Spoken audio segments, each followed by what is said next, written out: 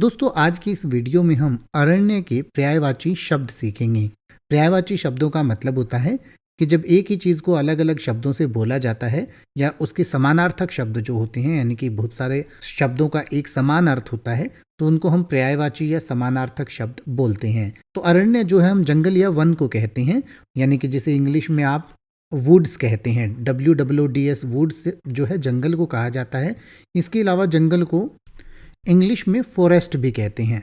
तो जो फॉरेस्ट है या वुड्स है उसी को हिंदी में जंगल या वन कहते हैं।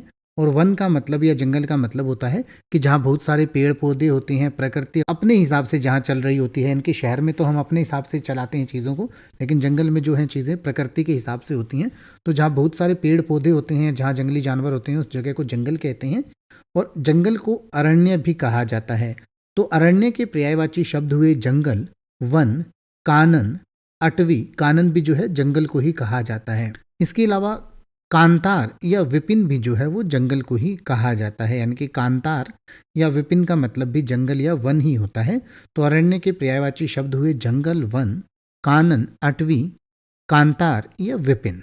अब आप ऐसे ही किसी भी वर्ड का मतलब हिंदी और इंग्लिश में YouTube पर सर्च कर सकते हैं। आपको मेरी वीडियो मिल जाएगी जिसमें आप बिना किसी फालतू बकवास के सीधा उस वर्ड का मतलब समझ पाएंगे। तो ऐसी ही वीडियोस को देखते रहने के लिए चैनल को सब्सक्राइब करें और बेल आइकन को प्रेस करें।